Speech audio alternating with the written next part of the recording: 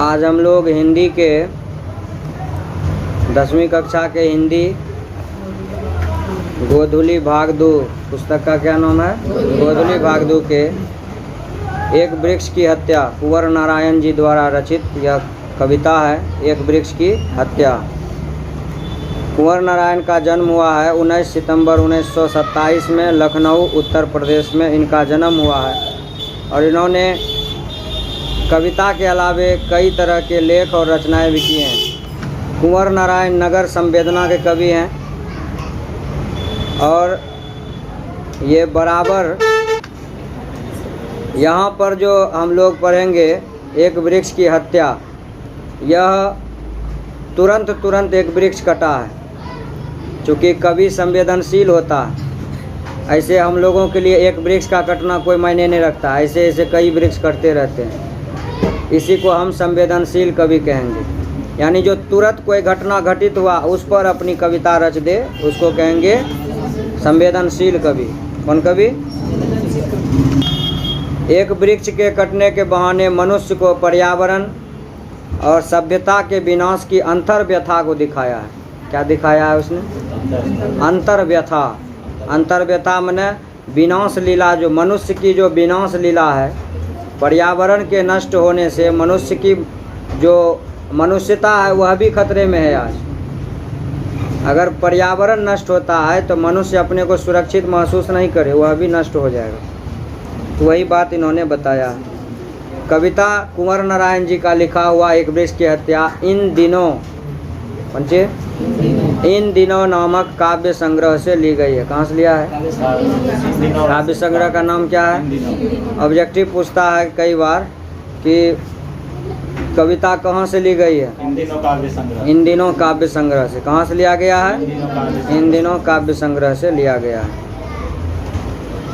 कविता शुरू होती है एक वृक्ष की हत्या। एक वृक्ष की हत्या से लिया गया यह कविता। अब की घर लौटा तो देखा वह नहीं था। कवि कह रहे हैं अब की घर लौटा तो देखा वह नहीं था, वही बूढ़ा चौकीदार वृक्ष जो हमेशा मिलता था घर के दरवाजे पर तैनात। कवि के दरवाजा पर एगो वृक्ष था, बहुत पुराना वृक्ष, और वह वृक्ष अब की बार जब घर लौटे कवि तो वह उनको दिखाई नहीं दिया। अक्सर हम लोग देखते हैं लोग अपने घर की सुंदरता को बचाने में घर के आगे जो वृक्ष पड़ता है उसको काट देता है। काहे को लाखों करोड़ों रुपया लगाया है अट्टालिका बनाने में, उसके आगे वृक्ष रहेगा तो उसका खिड़की कैसे झलकेगा, है ना? उसका जो रंग पेंट है उन लोग को कैसे दिखेगा? इस चक्कर में वह सामने पड़ने वाले वृक्ष को काट देता है, जबकि उसे यह पता नहीं है कि यह वृक्ष हमारे घर पर जो धूल कण का जो अंबार आएगा उससे हमको बचाता है।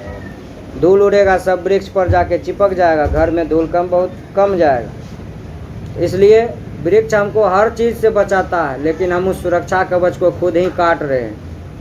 इसलिए कवि चिंतित हैं कि आज की स्थिति यह है, समस्या यह है कि आज जिस वृक्ष को हम देखते हैं हरा भरा, हो सकता है कल वह गायब हो जाए।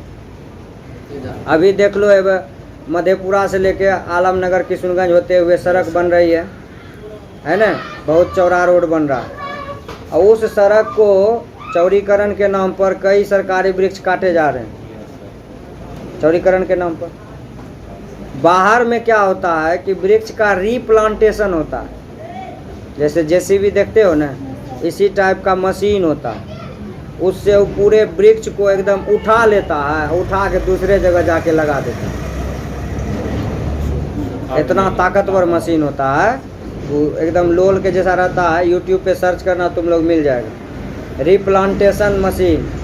ऐसे करके अपने बहुत तरह का तुमको मशीन उसमें देखने को मिलेगा। कोनो कितनो बड़ा पौधा रहे आराम से वो पूरे जड़ तरह बहुत बड़ा मशीन होता है, ऐसे सीधा अंदर जाता है, अंदर से ऐसे मोड़ करके अब पूरे वृक्ष को उठा लेता है जड़ सहित। कटता उठता कुछ नहीं, पूरे उठा लेता है। जेसीबी में समझो कितना पावर है, इससे भी बहुत बड़ा मशीन।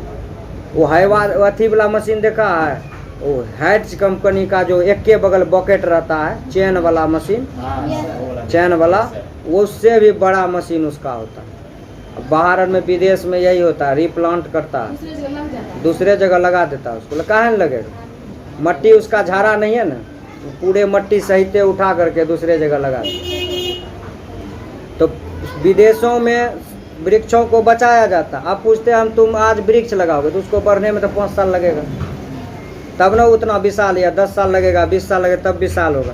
और तब तक जो 20 साल का गैपिंग है, इस गैपिंग को कौन भरेगा? हैं? तो प्रदूषण, वैश्विक ग्लोबल वार्मिंग इसी से न हो रहा है, पेड़ के ही कटने से। लोग इन बातों को समझता नहीं, अपने सुख के लिए जो मन होता है कर रहा है। इसका परिणाम हम भुगत रहे हैं। ठंड के समय में भी गर्मी का एहसास हो रहा है। अभी धूप में देखो लगता है एकदम गर्मी के समय का धूप हो, है कि नहीं?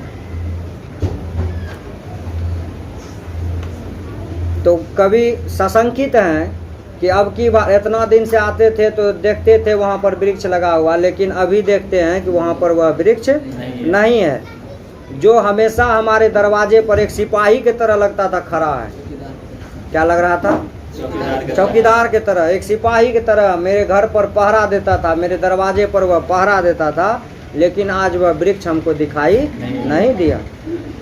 अब उस वृक्ष का थोड़ा सा, उस चौकीदार का, वह जो चौकीदार वृक्ष है, उसके रूप का थोड़ा सा वर्णन हो रहा। कैसा था देखने में? पुराने चमड़े का बना हुआ उसका शरीर। इससे पता चलता है कि वह वृक्ष बहुत पुराना था, क्योंकि जब वृक्ष पुराने होते हैं तभी उसका चमड़ी जो है ना फट जाता है, दरक जाता है, जिसको हम लोग कॉर्क कोशिका बोलते हैं बायोलॉजी। जो वृक्ष की छाल जितनी पुरानी होगी, उसके चमड़े जो उतना फटा हुआ होगा, खुरदरा होगा। इससे पता चलता है कि वह वृक्ष उतना पुराना है। पुराने से पुराने वृक्ष जितना होता जाएगा, उसके छाल जो है उतना उसमें क्रैक पैदा हो जाता है। नया वृक्ष का छाल एकदम मुलायम होता है, पतला होता है। तो यहाँ पर कवि ने जो इशारा किया है, पुराने चमड़े का बना उसका शरीर, मतलब वह बहुत पुराना वृक्ष था। वही सख्त जान, सख्त जान कहने के तात्पर्य यह हो गया कि आज भी उसमें जान है, मतलब बूढ़ा हो गया वृक्ष, आज भी उसमें जान है। झुर्रियेदार खुरदुरा तन मैला कुचैला, देखो, झुर्रियोदार खुरदुरा तन मैला कुचैला, शरीर उसका कैसा है? झुर्री पड़ गया है। झुर्री वही बोले, वृक्ष जितना पुराना होगा तो उसका फट जाता है चमड़ी सब। जाके तुम लोग कहीं बगीचा वगैरह में देखना, जो वृक्ष जितना पुराना होगा उसका चमड़ी उतना एकदम दरका हुआ मिलेगा, फटा हुआ, चिरखा हुआ मिलेगा, दरार उसमें उतना ज़्यादा पड़ जाता है। इसी से पता चल जाता है कि यह वृक्ष कितना पुराना है। समझ गया?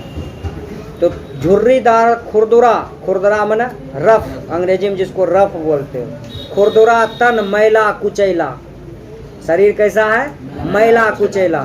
इससे भी पता चल रहा है कि वृक्ष बहुत पुराना है। राइफल सी एक सूखी डाल, उस वृक्ष में 2 डाल है, एगो डाल सूख गया है, एगो डाल पर थोड़ा सा पत्ता फूल वगैरह सब ऊपर में लगा हुआ है। तो कभी कल्पना कर रहे हैं, कभी है तो कल्पना करेगा ही।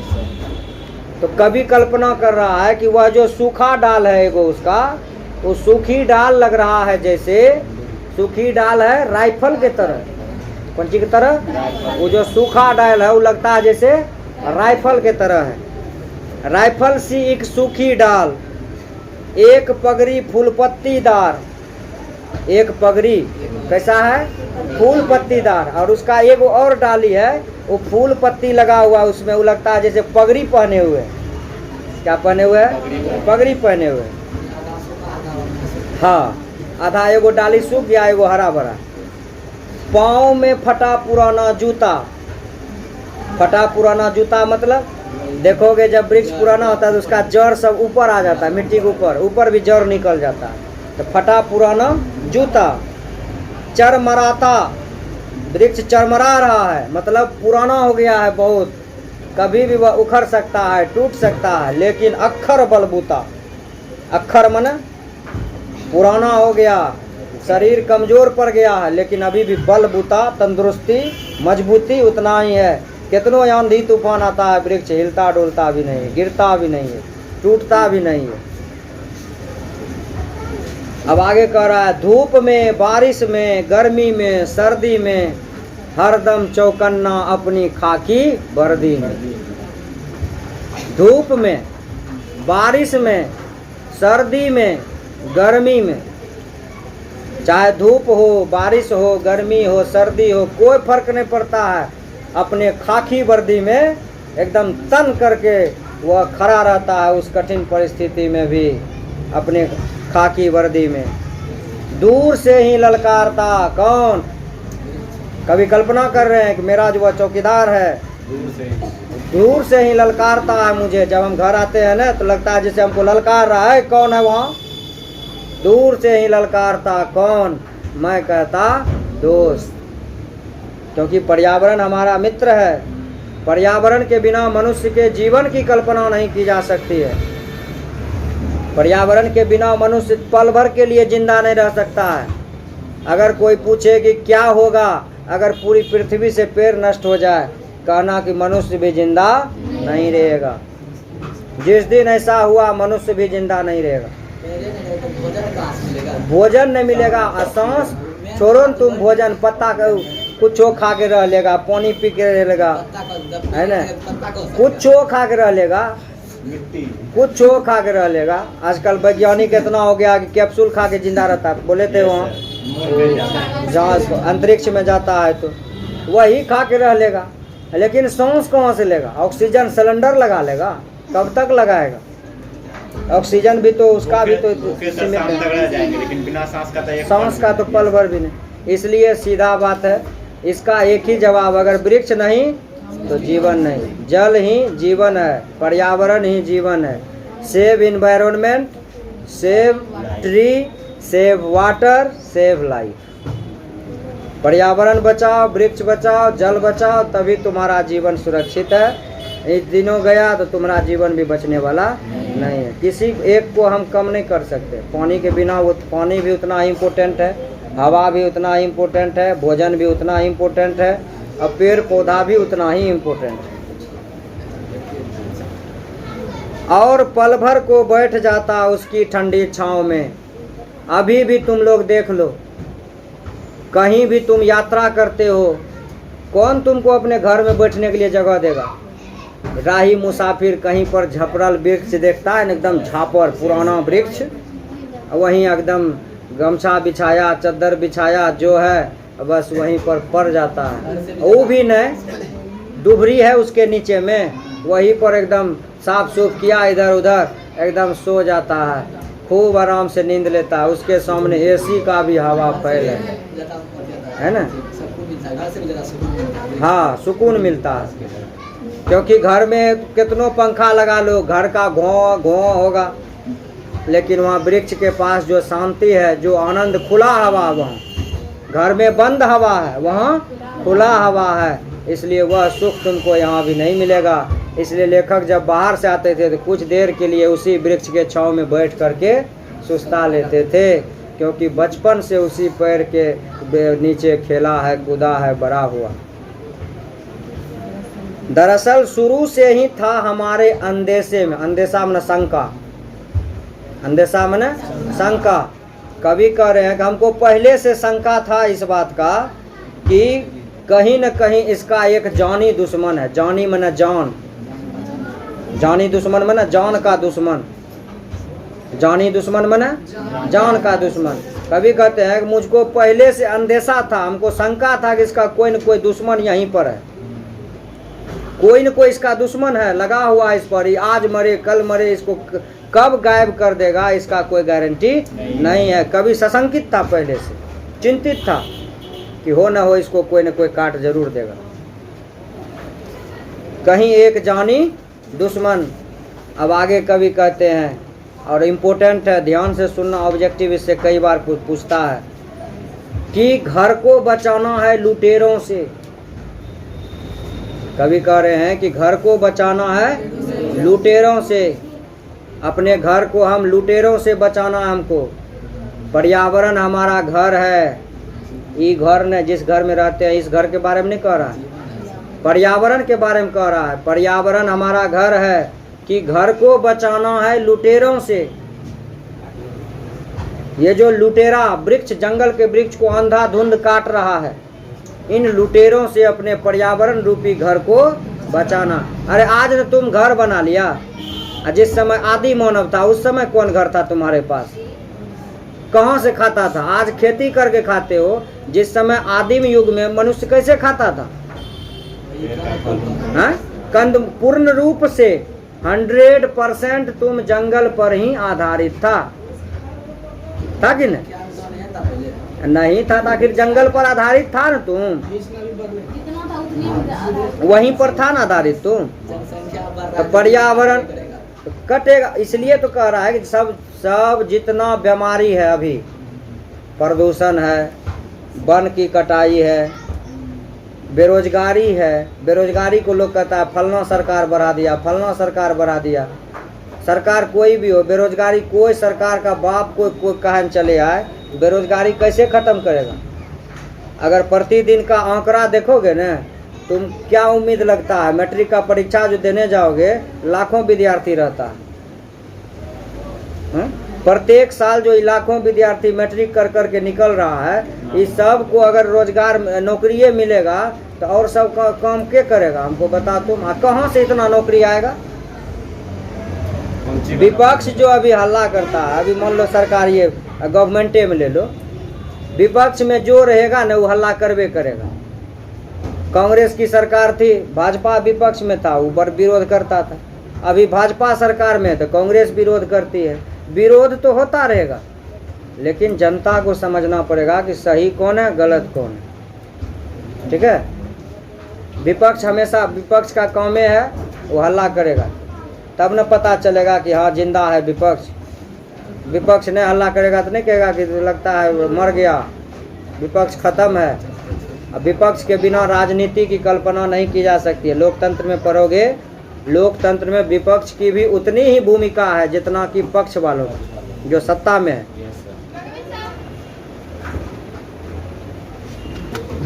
तो विपक्ष की भी उतनी ही भूमिका है जितना कि पक्ष वालों की। सरकार की भी उतनी भूमिका है जितना कि उसके विपक्ष की भूमिका है। विपक्ष नहीं रहेगा तो सरकार मनबरू हो जाएगा। मनबरू समझता है? जो मन में आएगा वही करेगा। इसलिए पक्ष भी चाहिए और विपक्ष भी चाहिए। हाँ, विपक्ष से डर बना रहा था, सही बोला। तो लोकतंत्र में पक्ष और विपक्ष दोनों का स्थान है ना। इसलिए विपक्ष का भी नेता होता है, देखोगे लोकसभा में विपक्ष, राज्यसभा में भी। पक्ष में तो जो जीत के गया उसका तो नेता है ये है, लेकिन जो नहीं जीता, जो उसके बराबर में है, समथिंग है ना, उसके बराबर में है, सरकार बना नहीं सका वो, लेकिन सरकार बनाने के आसपास है, तो वही विपक्ष में बैठता है कि अगर आप 70 सीट लाए हैं तो हम भी 55-60 लाए हैं, आपसे कम नहीं है ना। आपके विरोध में हम ही हैं। इसलिए विरोधी पार्टी भी अपना विपक्ष का नेता देता है, विपक्ष का नेता। तो वही कवि कह रहे हैं, इतना गो पंक्ति में अभी देखोगे बहुत इम्पोर्टेंट बात कवि ने कहा है। बहाना वृक्ष कटना कोई मुद्दा नहीं था कवि के लिए। वृक्ष कटने के बहाने कवि ने उस अंदेशे का जिक्र किया है जो अभी लोग समझ नहीं पा रहा। लोग उस बात को मानने के लिए तैयार नहीं है। उस अंदेशा को उन्होंने डिक्लेरिफाई किया है, मतलब डिक्लेरेशन दिया है कि मनुष्य इस बात को समझने के लिए वह तैयार नहीं है। क्या कह रहा है? घर को बचाना है लुटेरों से। लुटेरा कौन है? जो अनावश्यक रूप से जंगलों का विनाश कर रहा है, वही लुटेरा है। लूट रहा है जंगल को, प्राकृतिक संपदाओं का लूट कर रहा है वो। शहर को बचाना है नादिरों से। शहर को किससे बचाना है? नादिरों से। नादिर माने आक्रमणकारी। नादिर माने, नादिर शाह नाम का एक आक्रमणकारी था जो हमारे भारत पर आक्रमण करने आया था। इसलिए कवि कहते हैं कि शहर को बचाना है किससे? नादिरों से, जो हमारे शहर पर आक्रमण करके हमारे धन खजाना संपदा को लूट रहा है। ऐसे नादिरों से अपने शहर को बचाना है कि हमारा शहर भी न लूट जाए। शहर में जहाँ तहाँ जो 2-4 गो वृक्ष है वो वृक्ष भी न गायब हो जाए। शहर में जो धन संपत्ति है वह भी कहीं गायब न हो जाए। तो नदी को नाला हो जाने से बचाना है, हवा को धुआं हो जाने से बचाना है, और खाने को जहर हो जाने से बचाना है। और 2 लाइन अंत में कविता के बहुत ही इम्पोर्टेंट और गूढ़ है, उसको भी समझ लो। बचाना है जंगल को मरुस्थल हो जाने से। प्रक्रिया समझ लो। आज जंगल मरुस्थल में तब्दील हो रहा है, तब्दील माने बदल रहा है। अगर इसका उदाहरण देखना चाहते हो तो रेगिस्तान देख लो, तुम्हारे भारत में ही राजस्थान। राजस्थान का अगर तुम डिफिनेशन करोगे तो राजाओं का स्थान राजस्थान। जैसे राजा का पुत्र राजपुत्र, उसी तरह राजाओं का स्थान राजस्थान। वहाँ पर बहुत से वीर राजा हुए, लेकिन आज वहाँ मरुभूमि है। क्यों? जंगल का नाश हुआ, खाद उर्वरक का ज़्यादा प्रयोग हुआ, नदियों का अत्यधिक जल का दोहन हुआ, जिसके कारण आज वहाँ की स्थिति क्या है? रेगिस्तान बन गया। नदियों अत्यधिक सिंचाई। किसान को देखो, अगर खेत में पानी पटाना है 2 घंटा तो झूठे 4 घंटा पानी चला के छोड़ दिया है, जा रहा है। ज़्यादा पटाई करने से, खेतों की सिंचाई करने से आर्सेनिक की मात्रा मिट्टी में बढ़ जाती है। समझ गया? इसलिए खेत को नुकसान होता है। बचाना है मनुष्य को जंगल हो जाने से। उल्टा हो गया, जंगल मरुस्थल हो रहा है और मनुष्य क्या हो रहा है? जंगल हो रहा है। करा इसको भी बचाना है।